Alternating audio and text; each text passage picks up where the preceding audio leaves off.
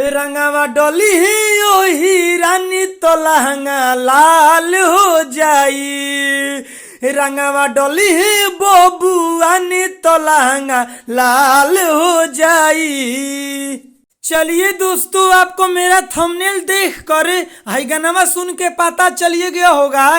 ये जो गाना लिखे हैं ना, चंदन चंचल के ट्रैक के ढोड़ी कुआं कैले बा। इसी ट्रैक पर हर जाति के लिए गाना लिखे हैं। अगर आप जिस जाति के रहने वाले हैं उस जाति के नाम डालकर इस गाने को गा सकते हैं, रिकॉर्डिंग करवा सकते हैं। बिल्कुल फ्री में गाना लिखे हैं। लेकिन एक बात है, देवरा ढोड़ी कुआं कैले बा इसी ट्रैक पर सेम आपको नहीं मिलेगा। बस पंच लाइन लिए हैं, बाकी सब न्यू ट्रैक नया अंदाज में लिखे हैं। तो चलिए गाने को स्टार्ट कर रहे हैं। गाने को स्टार्ट करने से पहले चैनल पर नए हैं तो सब्सक्राइब कर दीजिए, लाइक कर दीजिए और मेरा नाम जान लीजिए। मेरा नाम है राइटर राजा सिंघानिया। तो चलिए स्क्रीन पर देखिए, लेट्स गो।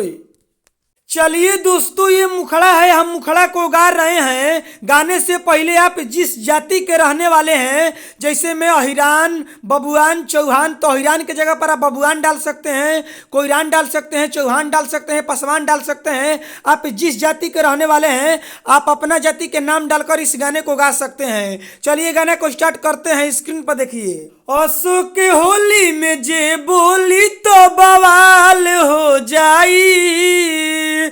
असो के होली में जे बोली तो बवाल हो जाई।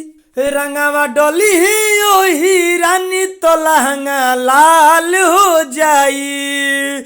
रंगावा डोली ही बबुआनी तो लहंगा लाल हो जाई। चलिए दोस्तों, ये अंतरा है, हम पहिल का अंतरा को गा रहे हैं। महरम पिचकारी सुनो जो गोहे पे जाई। जादो जी के डालल रंगवा बहुत बुझाई। हाँ हाँ, महरम पिचकारी सुनो जो गोहे पे जाई।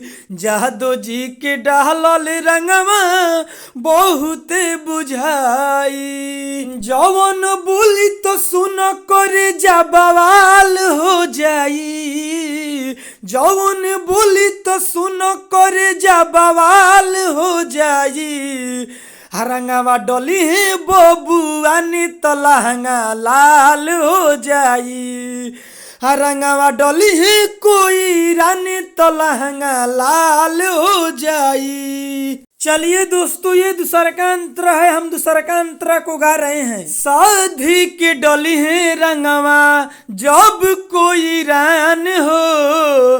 पीछा तुहारे छोड़ी है नहीं मर्द चौहान हो। हाँ हाँ, साधे के डोली है रंगवा जब कोई रान हो। पीछा तो हर छोड़ी है नहीं मर्द चौहान हो। राजा सिंहनिया के डालल एक बिता खाल हो जाई। राजा सिंहनिया के डालल एक बिता खाल हो जाई। रंगावा डोली है कोई रानी तो लहंगा लाल हो जाई। रंगावा डोली है चौहानी तो लहंगा लाल हो जाई। चलिए दोस्तों, गाना समाप्त हो गया है। अब मेरा बतिया को ध्यान से सुन लीजिए। अगर आप सिंगर हैं, इस गाने को गाना चाहते हैं तो गा सकते हैं, रिकॉर्डिंग करवा सकते हैं। बिल्कुल फ्री में लिखे हैं, पहले ही हम बताए थे। लेकिन अगर इस गाने को गा रहे हैं तो इसमें मेरा नाम डाल दीजिएगा गीतकार में, राइटर राजा सिंघानिया। इस गाने को गा सकते हैं। बहुत सारे सिंगर क्या करते हैं कि नाम नहीं डालते हैं, तो भाई ऐसा मत करिए, किसी का क्रेडिट आप मत लीजिए। अगर आप सिंगर हैं, मेरा लिखा हुआ गाना गा रहे हैं तो उसमें मेरा नाम डाल दीजिए। इस गाने को गा सकते हैं, रिकॉर्डिंग करवा सकते हैं, कोई दिक्कत नहीं है। चलिए विशेष नहीं बोलेंगे। अगर आप इनसे भी बढ़िया, इनसे भी बेस्ट कोई गाना लिखवाना चाहते हैं, स्क्रीन पर मोबाइल नंबर है, कॉल करके आप हमसे पर्सनली गाना लिखवा सकते हैं। इनसे भी बढ़िया, इनसे भी बेस्ट। चलिए विशेष नहीं बोलेंगे। चैनल पर नए हैं तो सब्सक्राइब कर लीजिए, लाइक कर दीजिए। अगली वीडियो मिलेंगे, इसके लिए बाय बाय।